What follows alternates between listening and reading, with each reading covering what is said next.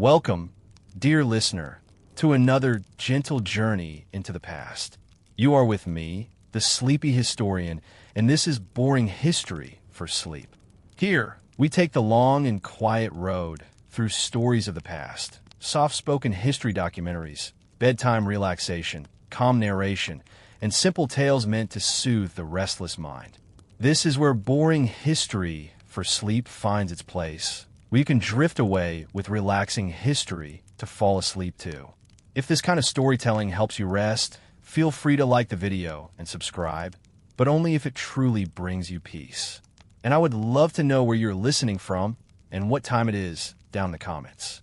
It is strangely comforting to realize that others, scattered across the world, are lying in their beds at this very moment, listening to the same slow unfolding of history, slowly drifting towards sleep. So, let the day ease itself into night. Let the world outside fade to a softer home. The candlelight flickers low, the pages of the past rustle gently in the air, and together we will let old stories flow at their own patient rhythm. Tonight, we will be wandering the quiet corridors of medieval palaces. Our theme is the hidden duties of palace servants in the Middle Ages. It is not the grand kings or queens who hold our attention tonight, but those who moved silently in the shadows of their courts. Those who polished silver until it shone like morning light, who kept the fires alive in cavernous halls, who fetched water and prepared meals, who managed the smallest tasks that made the machinery of royal life possible. Their lives, often overlooked, carried both burdens and rhythms worth tracing. Together, we will follow a fourfold path of exploration. 1.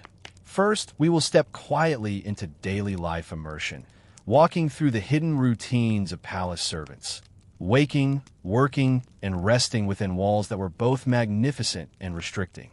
2. Next, we will consider a biography and event, following the shadowed footsteps of one attendant who left faint traces in records, their life echoing the unseen contributions of many. 3.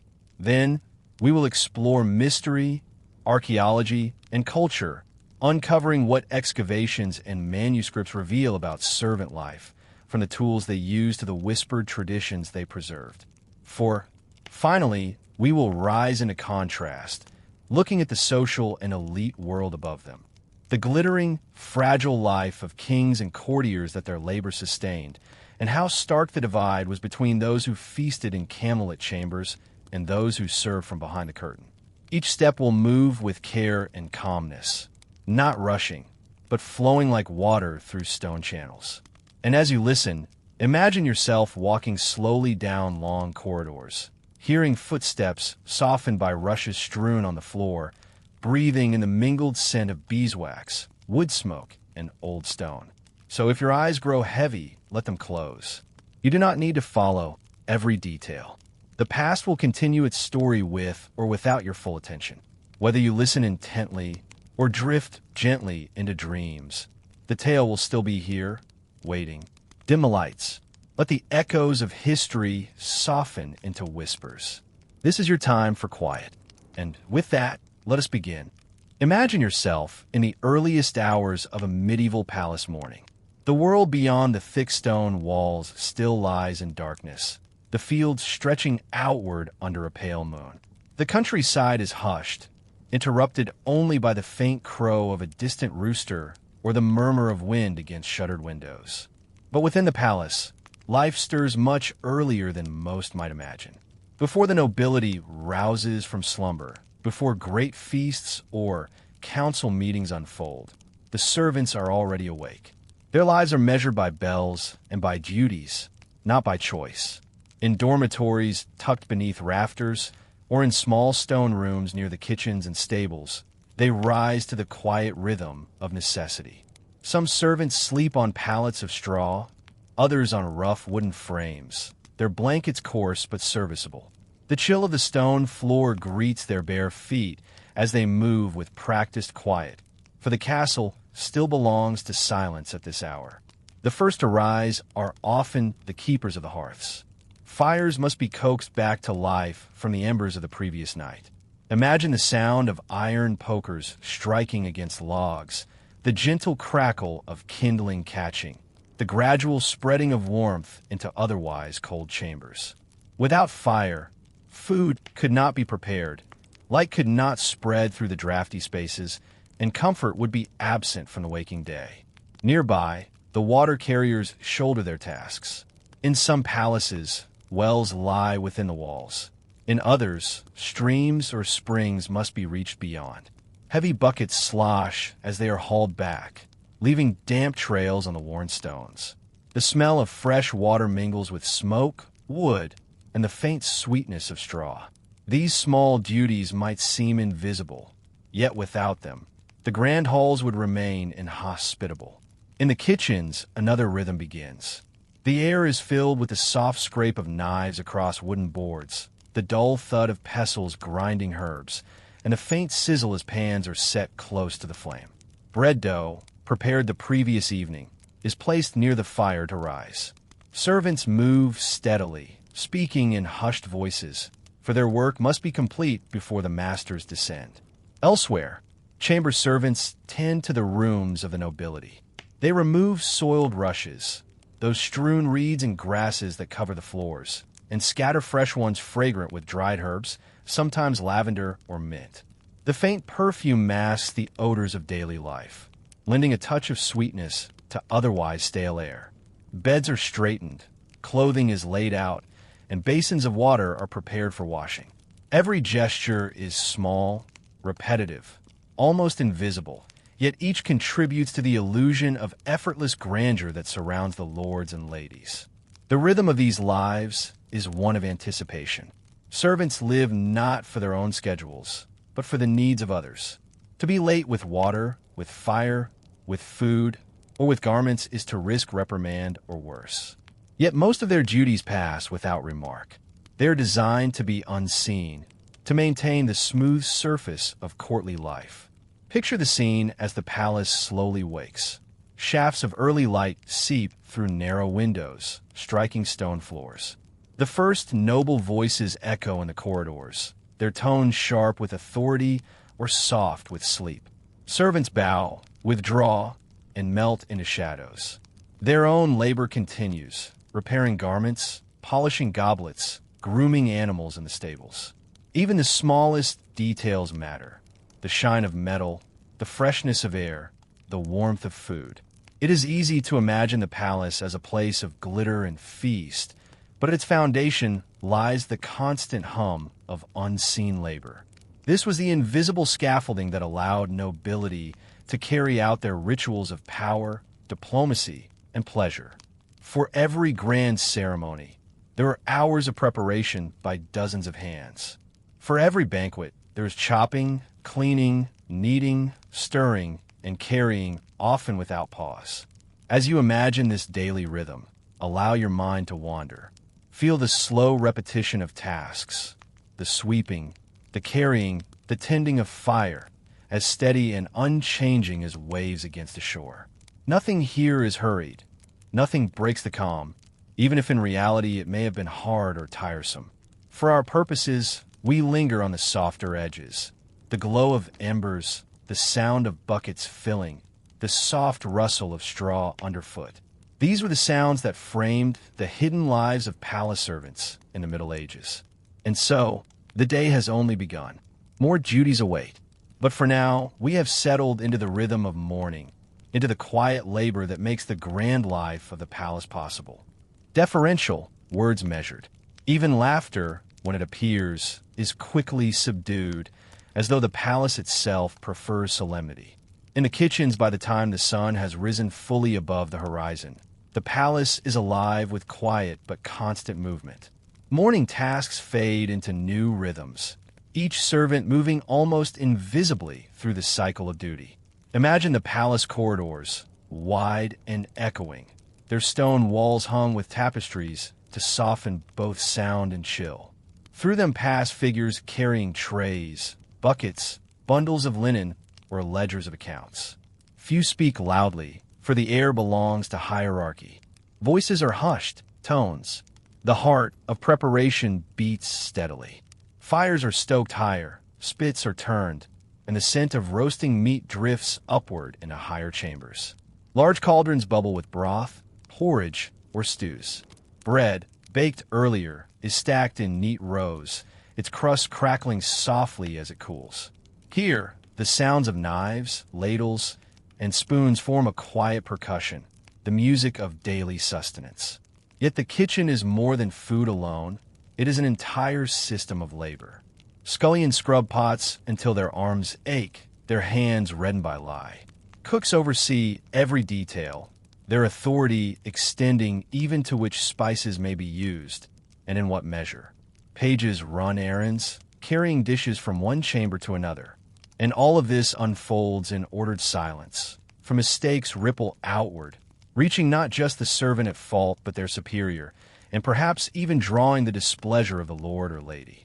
Meanwhile, other servants work to keep the palace itself presentable.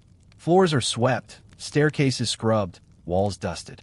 Windows, narrow though they are wiped clean of soot and dust. Candle holders are polished until they gleam, ready to hold new tapers when the evening approaches. Every surface must reflect not wealth alone but control, a sign that the palace is governed, orderly, and unyielding. In the stables, a different world of labor unfolds. Horses must be fed, groomed, and exercised. Saddles are mended, leather straps oiled, hooves cleaned of mud. The smell here is strong.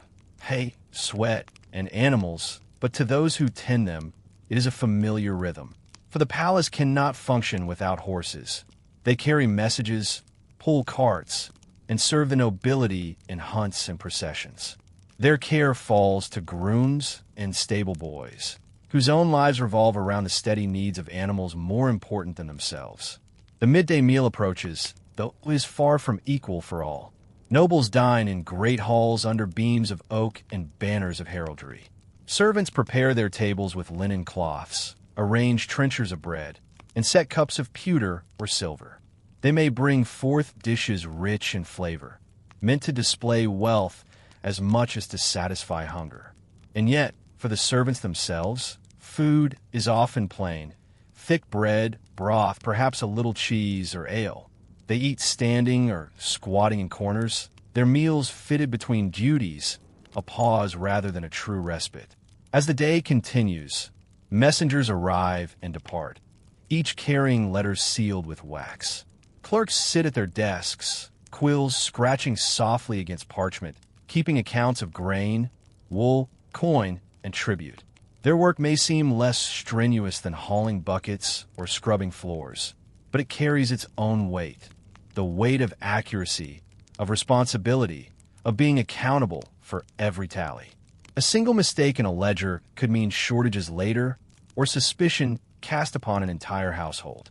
And all the while, the palace hums like a hive, each servant a worker within a greater structure, each task small on its own, but vital when combined. If one link failed, the chain would tremble. If one duty were forgotten, the rhythm would falter. The life of the nobility appeared seamless, but beneath the surface it was stitched together by countless unseen threads of labor. As the sun begins its slow tilt downward, the duties do not lessen. Some servants prepare chambers for rest later in the evening, while others ensure that the pace of daily life never slows. To live as a servant in the Middle Ages was to live by repetition, fetching, carrying, cleaning, serving. The rhythm might seem monotonous, yet within its patterns was a strange kind of constancy. Imagine yourself pausing for a moment within this world. You hear the clatter of dishes in the kitchen, the clip of hooves in the stable, the whisper of quills across parchment, the shuffle of brooms on stone. These are not the sounds of glory or drama, but the soft background music of history. In their own way, they are soothing, predictable, steady, almost like a lullaby in the form of labor. And so, midday in the palace passes, not in bursts of excitement, but in slow continuity. The hours stretch onward, as servants bend again to their duties, preparing for whatever evening may bring. As daylight fades and shadows stretch across the palace grounds, the rhythm of service shifts once more. The morning and midday duties give way to the quiet but essential work of the evening. The first sign of evening within the palace is the lighting of torches and candles. Servants move through corridors with long tapers, touching flame to wick one by one. Slowly, the great halls glow with a golden light, flickering against stone walls and polished surfaces. The smell of beeswax and tallow fills the air, mingling with wood smoke rising from hearths that have burned all day.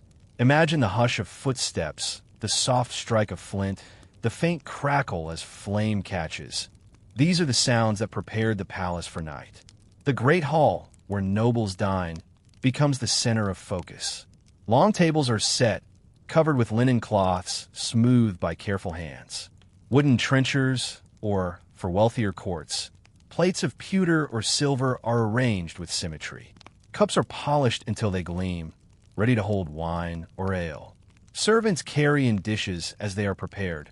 Roasted meats, pies filled with spices, stews simmered to richness.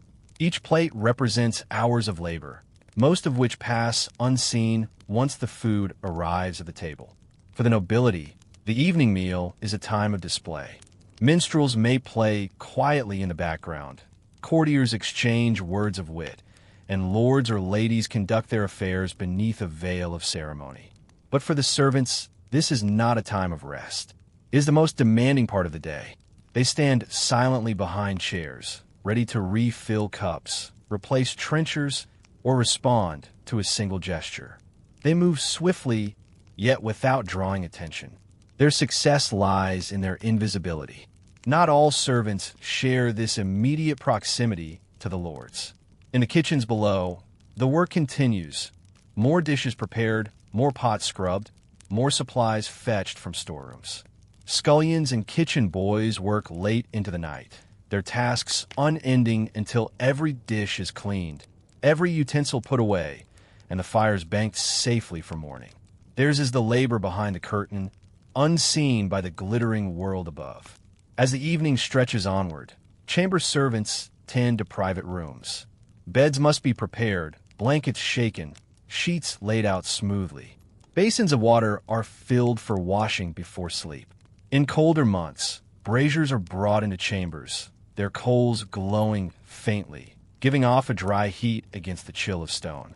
Herbs may be scattered among the rushes to freshen the air, a small comfort in otherwise heavy chambers. Later still, when the nobility withdraws to sleep, the palace grows quieter. The great hall darkens again, candles extinguished one by one, leaving only the low red glow of the hearth. Servants move silently, clearing away remains of the feast, sweeping the floors, and restoring order to the space. What appears to rest in stillness is in fact held in place by constant, unseen care. For many servants, sleep comes late. Some return to their small rooms or dormitories, collapsing onto straw mattresses with aching limbs. Others, such as night watchmen, remain awake, pacing the darkened corridors or standing guard by gates and doors. Their footsteps echo in otherwise silent halls, a reminder that the palace never truly sleeps. Imagine now the quiet of a medieval palace at night, the steady breathing of horses in their stalls, the creak of wooden beams, the faint whistle of wind through narrow windows. Servants sleep in clusters, wrapped in simple blankets. Their day's work done, though it will begin again in only a few short hours. Theirs is a cycle without end, a rhythm as fixed as the rising and setting of the sun. To the noble families, the palace represents luxury and permanence. To the servants, it is a world of endless tasks. And yet, within this repetition, there is a kind of constancy, perhaps even a comfort. The fire to be tended, the table to be set, the corridor to be swept. It is work without applause, without recognition, but it gives shape to their days and defines their lives. As the night deepens, the palace rests. Silence descends more fully, though faint embers glow in hearths, and a lone guard's torch flickers in the courtyard. The servants, for a few hours at least, can surrender to sleep, knowing that the next dawn will summon them once again to the same hidden duties.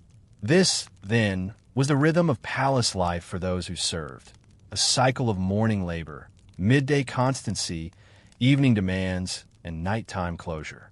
Though history rarely records their names, their work sustained the entire edifice of medieval power and privilege. Without them, the palace would have faltered. With them, it continued its quiet march through centuries.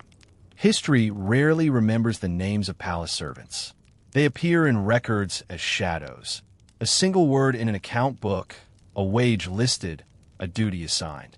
Yet, by piecing together fragments, we can imagine what their lives may have been like. Tonight, let us linger with one such figure, a servant recorded in the household accounts of an English palace in the late 14th century. His name was Thomas of Wroxall, though his identity comes to us only faintly. Thomas appears in a royal role as a yeoman of the chamber, a position not of high rank, yet closer to the royal family than most. To be a yeoman meant he was neither a nobleman nor a simple laborer, but something in between, trusted enough to serve in the king's private chambers, yet still bound by duty and obedience. From this sliver of information, we can begin to trace the outlines of his daily life. Imagine Thomas waking before dawn, much like the servants we have already pictured, but instead of heading to the stables or kitchens, his path leads him to the private quarters of the king. His duty may have included preparing clothing, ensuring water was ready for washing, and arranging the king's personal chambers so that when his lord awoke, all appeared effortless and serene. It was a life lived close to power, yet always on the outer edge of it. Records suggest that men like Thomas often followed their royal masters from one palace to another. Medieval kings did not stay in one place for long. Their households moved like migrating villages, traveling between castles and manors according to season and need. For a servant, this meant constant travel, packing belongings, supervising carts of goods, ensuring that bedding, clothing, and supplies arrived safely at each new residence. Thomas, then, was not only a chamber servant, but also a constant traveler. His world measured not in miles for leisure, but in miles of obligation. His wages, as recorded, were modest. A few pence a day, sometimes supplemented with clothing or leftover food. Enough to live on, but never enough to change his station. And yet, within the palace walls, he might have glimpsed a world of glittering banquets, jeweled garments, and foreign ambassadors. He was close enough to witness it all, yet far enough to never belong. This nearness without inclusion shaped the lives of countless servants, always present, always watching, yet never seen as equals.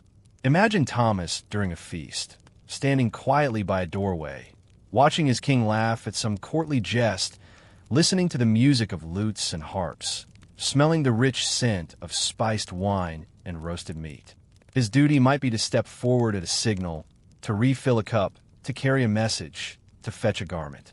And when the hall fell silent for speeches or toasts, Thomas would retreat into stillness, a figure both present and absent.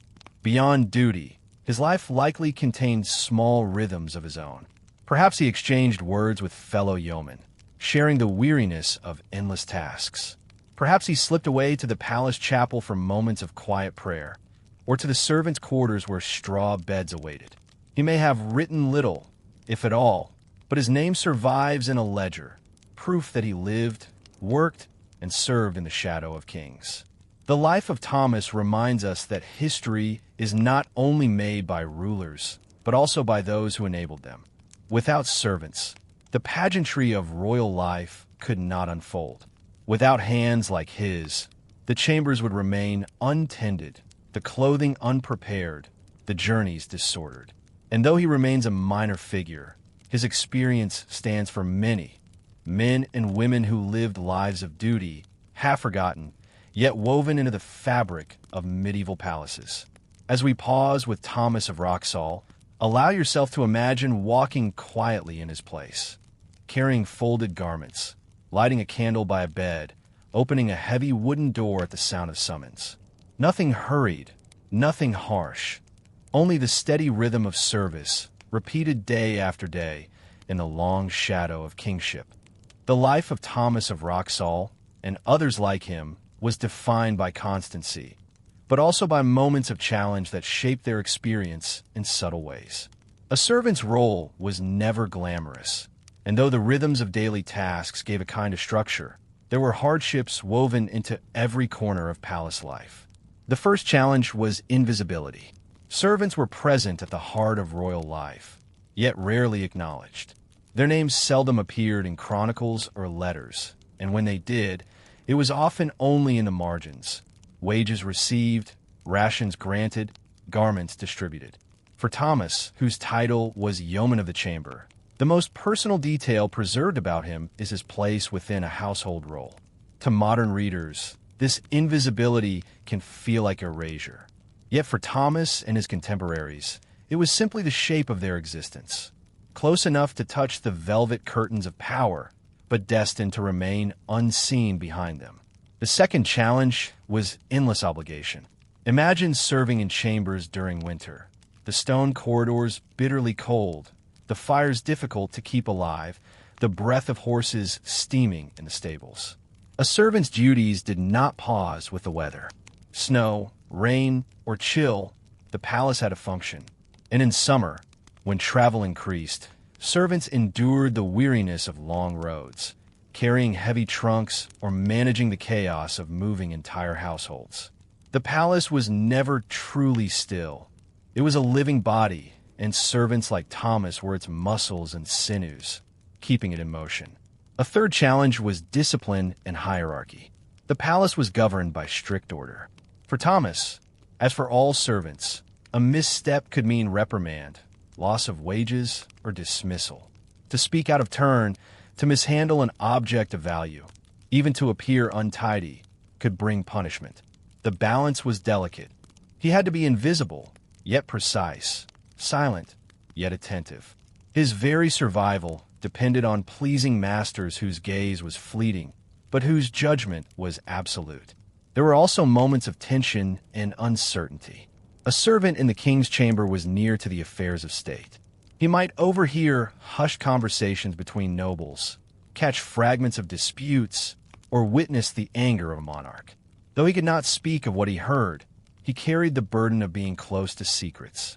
Loyalty was demanded, silence expected, and in times of political unrest, as medieval courts often experienced, servants could find themselves entangled in the currents of power without ever intending it.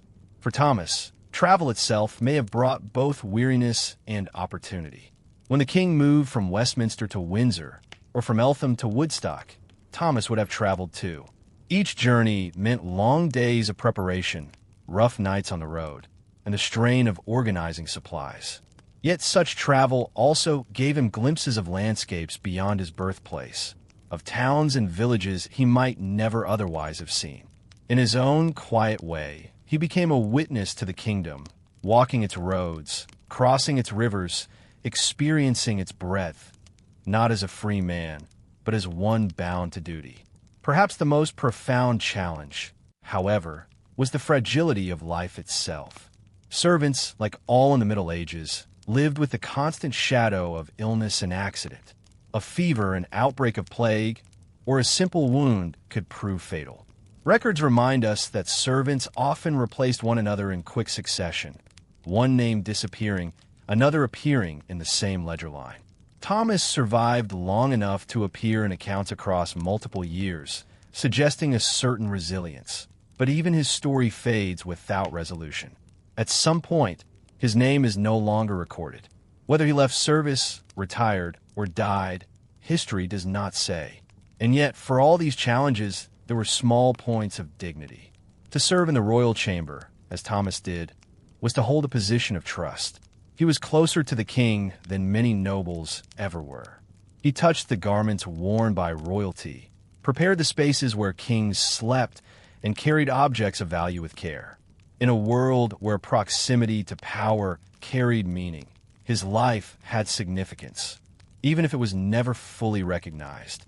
Let us pause here, imagining Thomas not in his duties, but in his quiet moments. Perhaps he sat on a low bench in a servant's hall, sipping ale from a wooden cup, his body tired, but his mind wandering. Perhaps he whispered with others about the nobility's habits, or listen to a minstrel's song drifting faintly from the great hall. Perhaps, on a quiet night, he gazed into the fire and wondered what his life might have been if he were born under a different star. Such reflections would not appear in records, but they are part of the human texture of his story. The challenges of Thomas's life remind us that history is not only the story of crowns and wars. It is also the story of those who bent over fires, who carried buckets, who tended chambers, and who kept the machinery of power turning without ever wearing its ornaments. His life, half seen, is still a life worth remembering. The story of Thomas of Wroxall, as we have traced it, ends where the records fall silent. His name disappears from the rolls, leaving us to wonder, did he die in service, quietly buried in some parish yard without fanfare? Did he return to Wroxall, the village of his name, to live his final days in simpler surroundings? Or did he simply move into the service of another noble, continuing his life of duty in a different household? History gives us no answer, and yet, his disappearance is itself a reminder of the fleeting place servants occupied in the record of their age. To close Thomas's story is not to declare it finished, but to acknowledge the countless servants whose lives ran parallel to his. They were men and women who swept floors, prepared food, carried water, tended fires, arranged chambers, and waited silently in the background of royal events. Their presence was constant, their labor essential, but their memory fragile. They remind us of the paradox of history, that the very people who made possible the grandeur of kings and queens often vanish into obscurity. Consider again the royal court. We picture a king enthroned, nobles gathered in splendor, music echoing in the hall. Yet, if we look closer, the image is incomplete without the quiet figures of attendants. A servant kneels to refill a goblet. Another adjusts a tapestry against the draft. A third leads a hound out of the hall. The court was never simply monarchs and nobility. It was a complex organism of visible glory, supported by invisible labor. Thomas of Wroxall becomes a symbol here.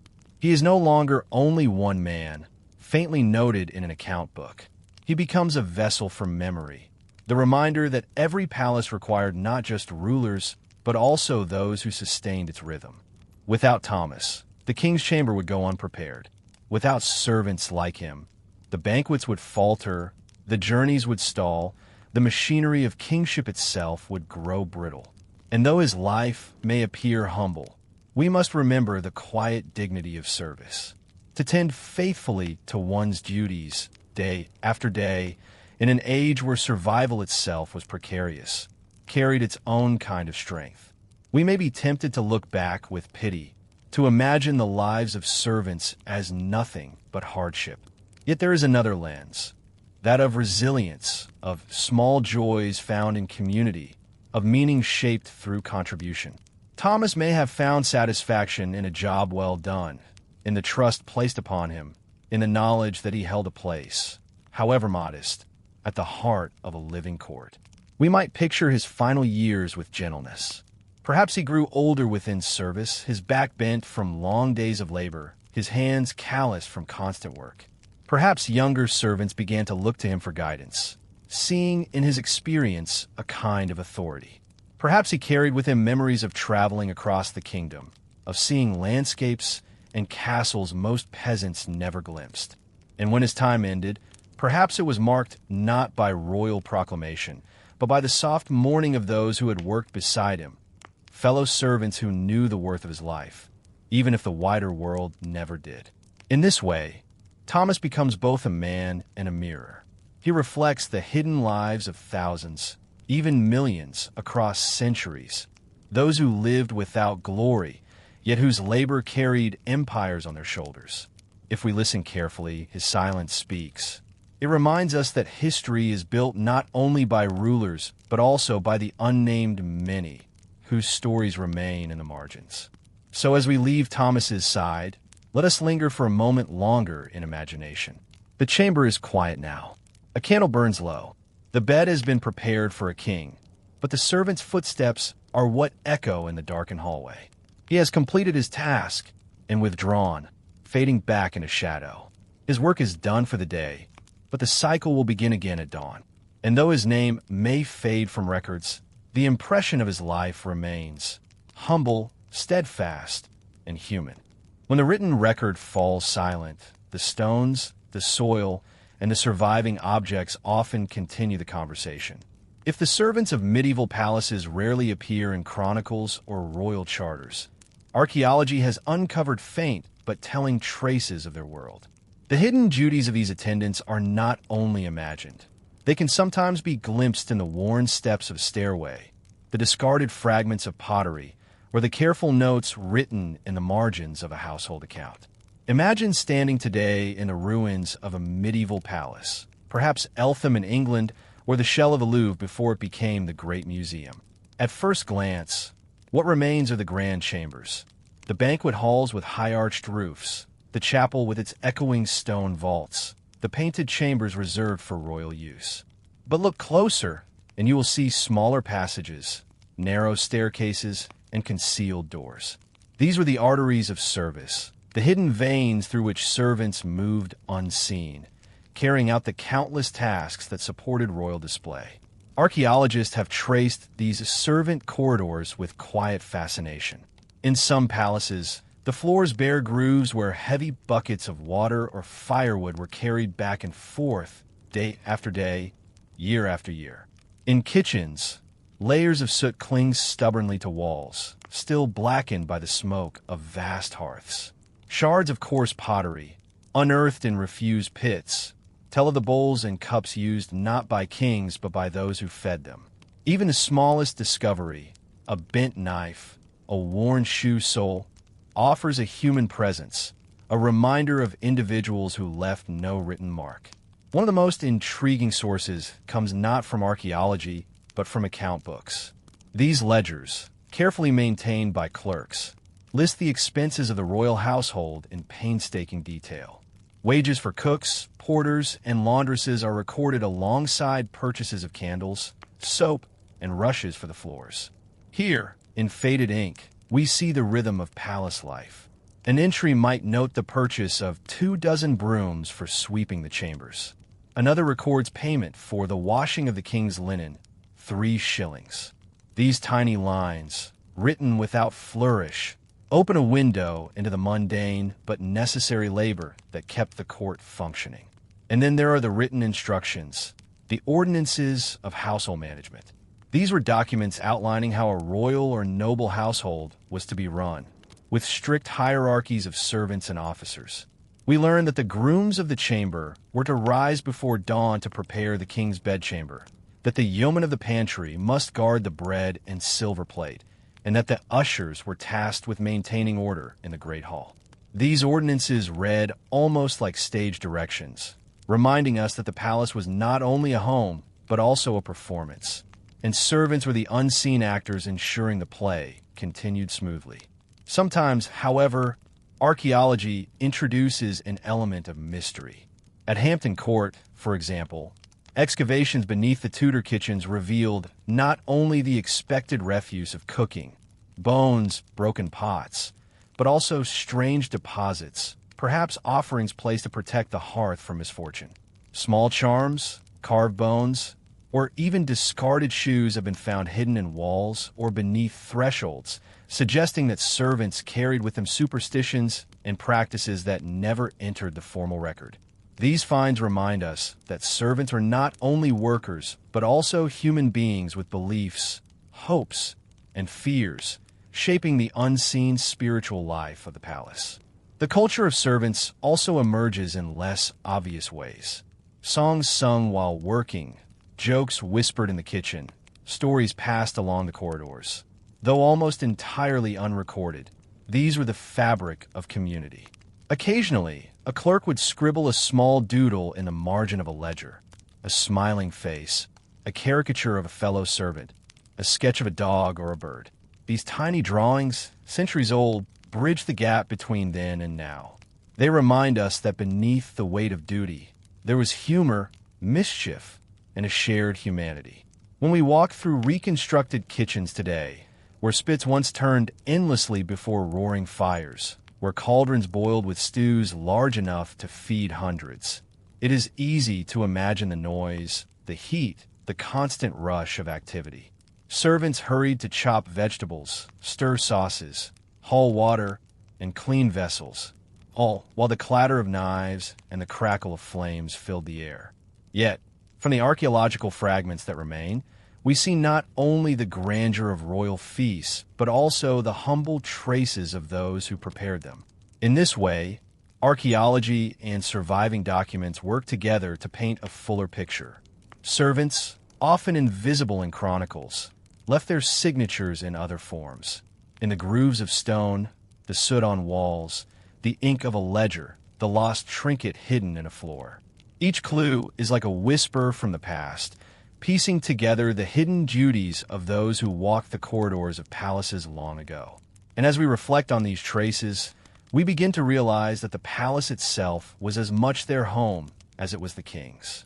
They lived within its walls, adapted to its rhythms, and left behind marks that still speak if we listen closely enough. If the archaeology of palaces reveals the material traces of servant life, it is the cultural record, those half-hidden customs, whispered beliefs, and symbolic roles, that reveals their inner world. To study the servants of the Middle Ages is not only to count their tasks or name their wages, but also to notice the delicate interplay between duty and identity, between visible action and unseen meaning. One of the most striking aspects of palace culture was the ceremonial dimension of service. A servant did not simply carry food into a hall. The act was codified, ritualized, invested with symbolism. Bread was to be handled with a particular reverence. The cupbearer, who poured wine, had a duty not only of courtesy, but of trust, for poison was a constant fear in royal households. Even the turning of a bed, the laying of linen across sheets, carried with it unspoken rules of precision and respect. These gestures, though small, wove together a fabric of formality that made the palace not just a dwelling, but a theater of authority. At the same time, servants created their own ritual spaces, often unseen by their masters. In the kitchens, for example, we find records of kitchen saints or household charms, figures or talismans kept near the hearth, meant to protect the workers from burns or accidents. Some accounts describe the custom of marking a new pan or cauldron with a cross before its first use, as if to guard against mishap. These acts may never have been sanctioned by the crown, but they mattered deeply to those who performed them. They remind us that servants were not merely extensions of noble will, but people who carried their own spiritual rhythms into the palace. There is also evidence that servants shaped their own social hierarchies within the palace walls. Just as the court itself was layered with dukes, counts, and barons, so too did the household contain ranks among its workers. The sergeants, or senior servants, oversaw grooms, pages, and assistants. Experienced cooks might command younger apprentices. Laundry women formed tightly knit groups, bound by shared labor and mutual dependence. In this way, the palace was not only a world of inequality between master and servant, but also a world of order among the servants themselves, echoing the broader medieval society. Another layer of servant culture comes through in folk practices that clung to daily work. For example, it was said that spilling salt while preparing food was unlucky, and to counter it, one must throw a pinch over the shoulder. Shoes left on a table might invite misfortune. At times, songs were sung during repetitive tasks, kneading dough, sweeping chambers, or spinning thread.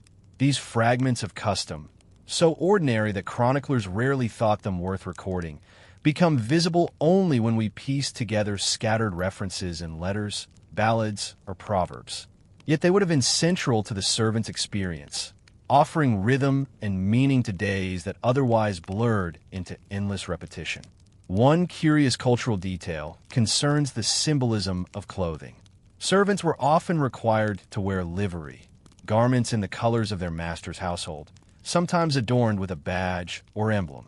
To wear such clothing was to become, visibly and unmistakably, part of a lord's identity. It marked the servant in the streets and towns beyond the palace.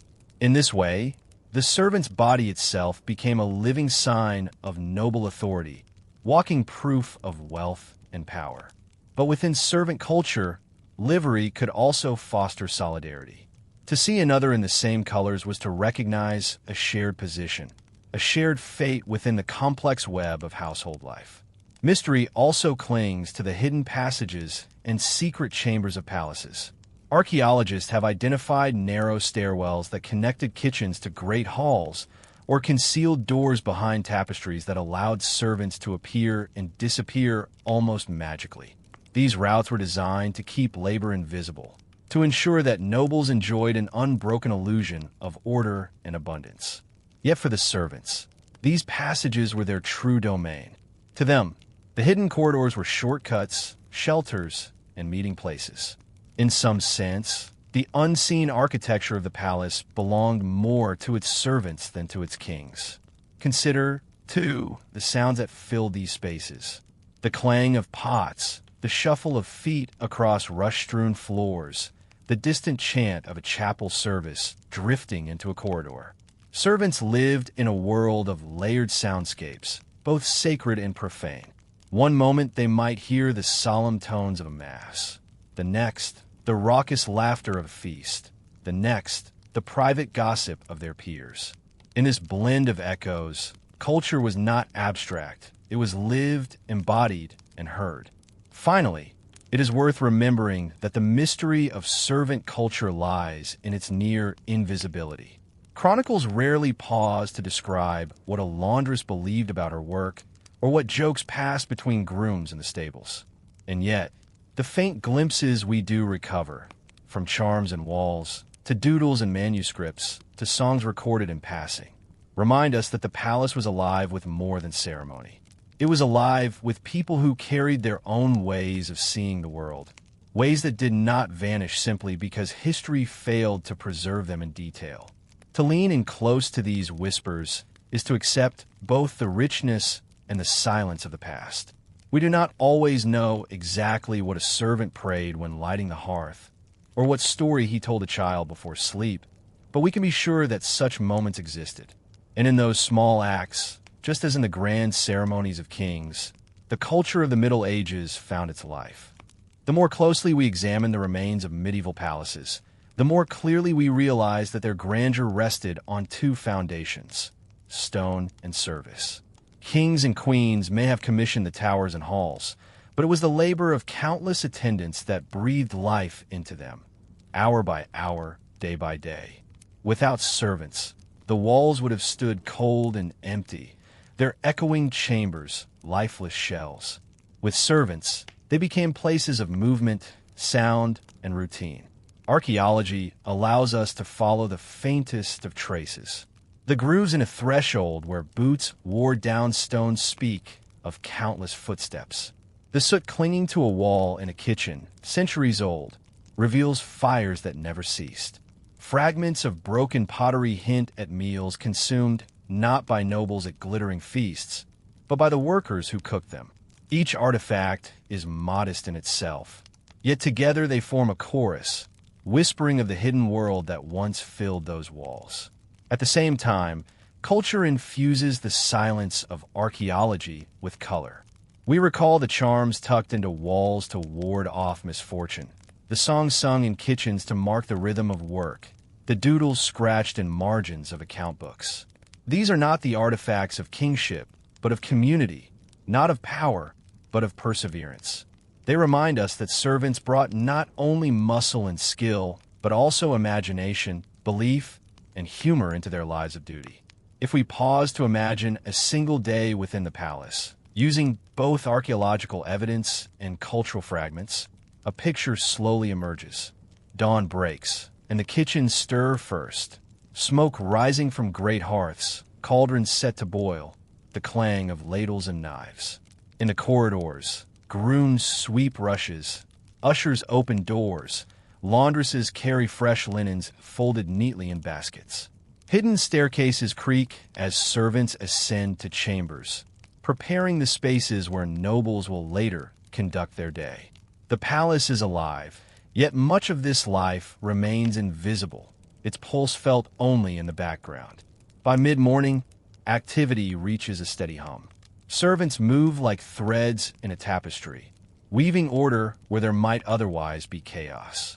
The great hall may host a feast, but it is servants who set the tables, polish the silver, and keep the pace of service flowing. Their livery identifies them as extensions of noble identity, yet their personal gestures, the way a loaf is cut, the quiet humming of a tune, the whispered word to a colleague, reveal individuality. They are at once anonymous and unique, part of a system and yet deeply human. As night falls, the palace settles into quiet. Fires are banked, candles snuffed, corridors swept. Servants retreat to their own quarters, often small and crowded, but alive with chatter and companionship. Here, away from the eyes of their masters, culture flourished in simpler ways. Stories shared, jokes exchanged, perhaps prayers offered before sleep. These private worlds rarely appear in documents, but archaeology hints at them in humble possessions: a bone comb, a rosary bead, a simple brooch. Each object once held by a servant's hand becomes a fragile thread connecting us across centuries. It is in these quieter details that we sense the mystery of history most acutely. Kings leave chronicles and monuments. Servants leave footsteps, soot, and fragments. And yet, when gathered with patience, these fragments speak with a depth that no royal proclamation can match. They speak of continuity, of the unbroken rhythm of human life. Waking, working, resting, and believing. They speak of the countless unnamed people who made the palace not only possible, but also functional, alive, and enduring. The culture of palace servants, thus, stands as both visible and invisible. Visible in the marks left on walls and in records of wages. Invisible in a laughter, faith, and daily resilience that rarely found their way into ink. To study their world is to walk a line between what is known and what must be imagined, between fact and quiet speculation. And perhaps this is fitting, for their lives themselves were lived in shadow, always near power, but never fully in its light. As we close this segment, let us rest with that thought. The palace was never only a stage for rulers.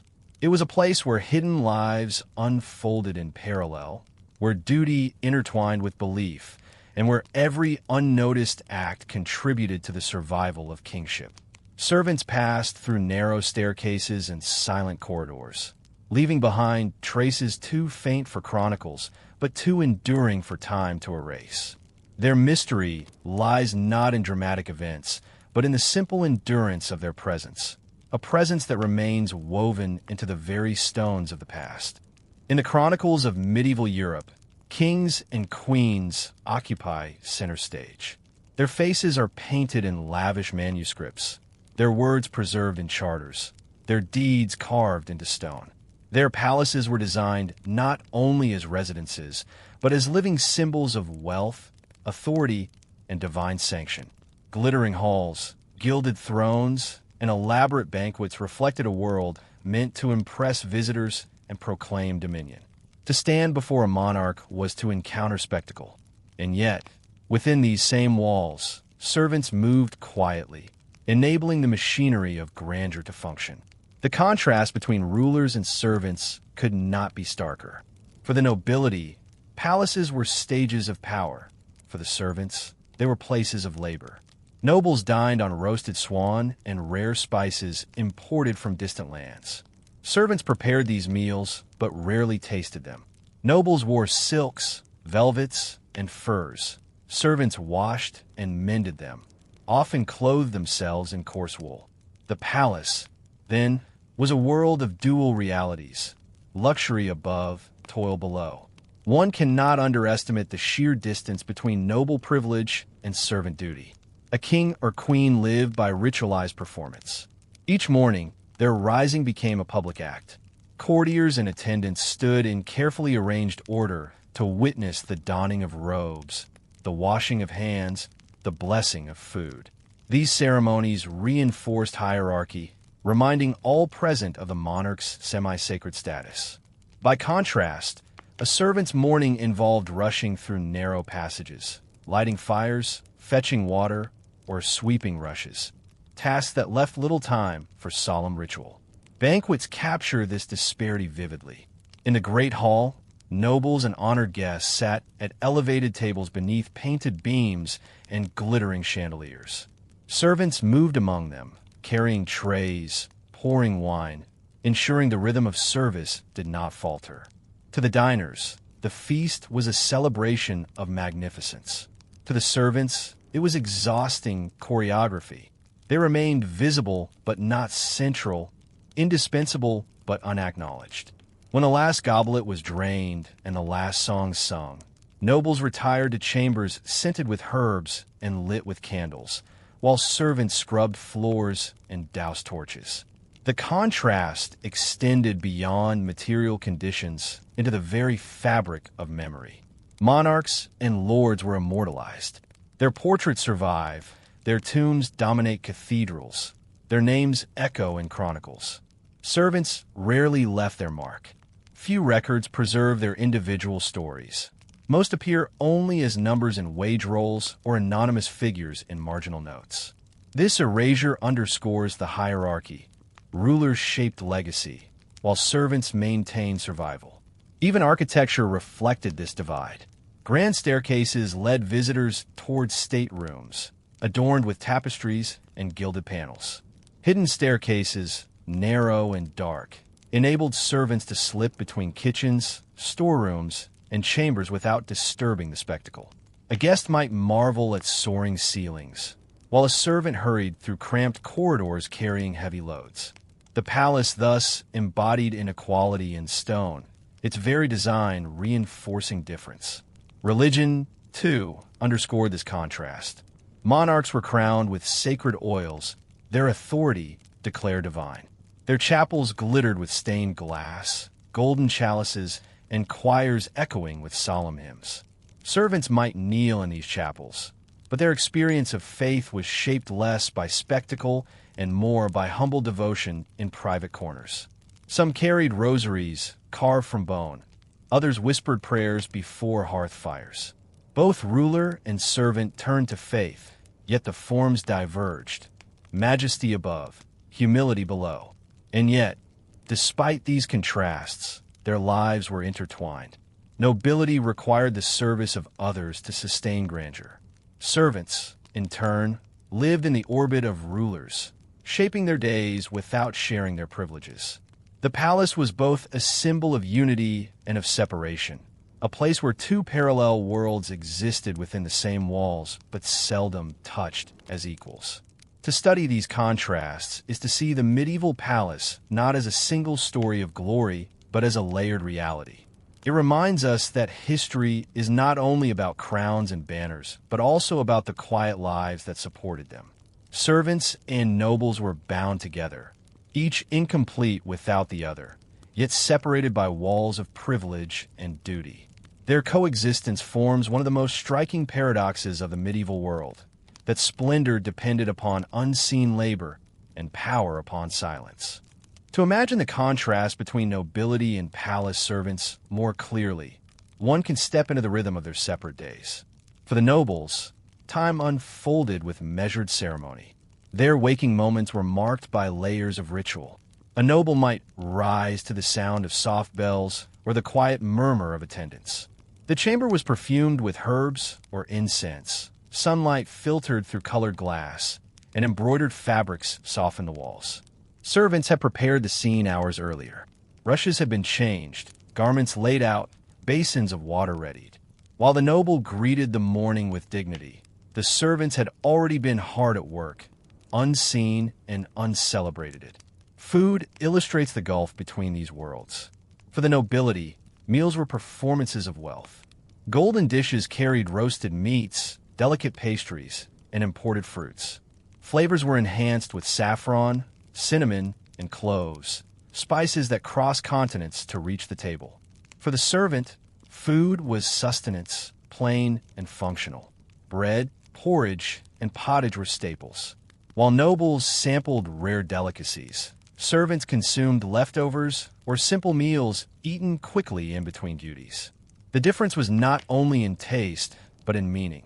For nobles, food was a symbol of abundance and authority. For servants, it was merely fuel for labor. Clothing offered another visible boundary. Nobles wrapped themselves in silks, velvets, and fine linens, their garments embroidered with gold thread or adorned with jewels. Each garment was carefully designed to display status. Servants, on the other hand, wore garments of wool or linen, plain and practical. They needed durability for the long hours of work. Rarely did they enjoy more than one or two sets of clothing. And yet, even the simplest garments required attention. Washing, patching, and mending, often done by the very hands that would never wear silk. The palace shimmered with finery, but its sheen was sustained by those in coarse attire. The world of sound, too, was divided. Nobles dined to the melodies of musicians, lute players, or choirs, while servants heard the clatter of dishes, the hiss of fire, and the bark of orders. For the noble, sound was part of performance. For the servant, it was part of labor. The halls rang with laughter and conversation, but down narrow stairs, servants worked amid the hum of constant activity. Their ears carried not the voices of poets, but the noise of effort. Memory reinforced the division. Nobles commissioned portraits, hired scribes, and ensured their names endured in chronicles. Servants lived largely in silence. Few letters preserve their voices, few monuments bear their names. Their memory lingered only in the fleeting recollection of those they served. The noble sought immortality through record. The servant endured in anonymity. Yet without the servant, the noble's legacy would falter, for grandeur required support. Architecture itself became a silent testimony of contrast. Great halls soared with high ceilings, painted beams, and polished stone. These spaces were intended to awe, to proclaim wealth and strength. Servants' spaces were small, tucked away, deliberately hidden. Narrow corridors twisted behind walls, staircases steep and shadowed. The palace's brilliance depended upon its invisible counterpart, where labor passed unnoticed. The grand design was meant to impress visitors, while the hidden passages ensured that servants moved like shadows, efficient and unobtrusive. Even the experience of time diverged. Nobles marked their days by ceremonies, councils, and festivals. Their hours were measured by symbolic acts, attending mass, receiving guests, riding in procession. Servants measured their days by tasks: fires to be lit, meals to be prepared, rooms to be swept. Their sense of time was practical, bound to duty and repetition. To the noble, a day might be remembered for an elaborate feast or a political meeting. To the servant, a day might pass unmarked, one among many in the unending rhythm of work. Religion heightened these differences yet again. Nobles attended Mass in private chapels, surrounded by gold, stained glass, and solemn chants. Their prayers echoed beneath vaulted ceilings, their faith expressed in display and ritual. Servants, too, prayed, but their devotions were humble, whispered during quiet moments, made with wooden rosaries or before small images. Faith was a shared foundation, but its outward expression was shaped by wealth. The noble's religion was spectacle, the servants' simplicity, and still their lives interlocked. Nobility required servants to uphold their image. Servants depended on nobles for employment and sustenance. The divide was sharp, but the connection was unbreakable. Both inhabited the palace, both shaped its life, but each experienced it in profoundly different ways. The grandeur of the medieval court, so often remembered in chronicles and art, rested upon the shoulders of countless unseen hands. This contrast, though striking, was not unique to one palace or one kingdom. It stretched across Europe, repeating itself in castles, courts, and manors. Everywhere, the story was the same. Nobility dazzled, servants sustained. The medieval palace was both a beacon of magnificence and a place of unending toil, its beauty inseparable from its burdens. The medieval palace was a space of profound paradox. To those who entered its great halls, it seemed a place of brilliance, where light from chandeliers glimmered across polished floors, where the rustle of silk mingled with the strains of music. Yet for those who worked behind the scenes, the same palace was a place of endless labor. The contrast between nobility and servants was not only visible in clothing or food, but in the very texture of their daily existence. Consider the rhythm of a noble's evening. After a feast, they might retire to private chambers decorated with fine tapestries. Candles flickered gently, casting golden light upon polished wood and embroidered cushions. Soft beds awaited, layered with blankets of wool and fur. Conversation, poetry, or music might end the day. A servant's evening, however, unfolded differently. Long after the noble had settled, the servant remained awake, scrubbing surfaces, clearing remnants of meals, banking fires to prevent embers from dying overnight. Their rest came only after hours of unseen work, and often in sparse chambers or crowded quarters, far from the glow of candlelight. The palace thus created two worlds within one. Nobles walked through spaces designed for beauty and grandeur. Servants passed through spaces designed for efficiency and concealment. The noble's world was crafted to impress and endure in memory. The servant's world was designed to remain invisible, hidden from guests and from history itself. One world celebrated itself in art, literature, and architecture. The other left only faint traces, like fingerprints on a worn tool or a name recorded briefly on a wage list. Despite this inequality, their fates were bound together. A banquet could not take place without the skill of cooks, carvers, and cupbearers. A royal procession could not move without stable hands preparing horses, grooms tending saddles, or cleaners ensuring garments were spotless. Even the rituals of power, crowning ceremonies, audiences, councils, required countless hands to arrange furniture, polish vessels, light torches, and ensure that order prevailed. Nobility relied utterly on service, and yet service was seldom acknowledged. This dependency extended to more subtle realms as well. Servants overheard conversations, observed behaviors, and noticed habits that even courtiers might miss. A valet who dressed a noble each day knew not only the fabrics they preferred, but the rhythms of their health. A chambermaid might be the first to notice an illness or injury. While nobles commanded armies and drafted laws, servants observed their vulnerabilities. In this way, the servant's perspective, though seldom recorded, was uniquely intimate, shaped by quiet familiarity. We may also consider how these differences shaped the memory of the palace itself. Visitors remembered shining banquets, dazzling ceremonies, and splendid architecture. Rarely did they write of the hands that made such scenes possible. Yet the very survival of those memories depended upon the unseen. Without servants, the grandeur of nobility would have been impossible to sustain. The glittering facade of medieval power was underpinned by labor so ordinary that it disappeared into the background, taken for granted, forgotten. The contrast also reveals a wider truth about medieval society. Nobility and servants occupied different levels of status, yet both lived in constant proximity. They shared the same walls, breathed the same air, and followed the same cycles of seasons and festivals. Their daily experiences were worlds apart, but their lives interwove. This interdependence created a fragile balance. Should servants falter, nobility would stumble. Should nobility fail, servants would lose livelihood and protection. The palace was thus both a monument to division and a symbol of connection. Architecture, again, becomes the metaphor.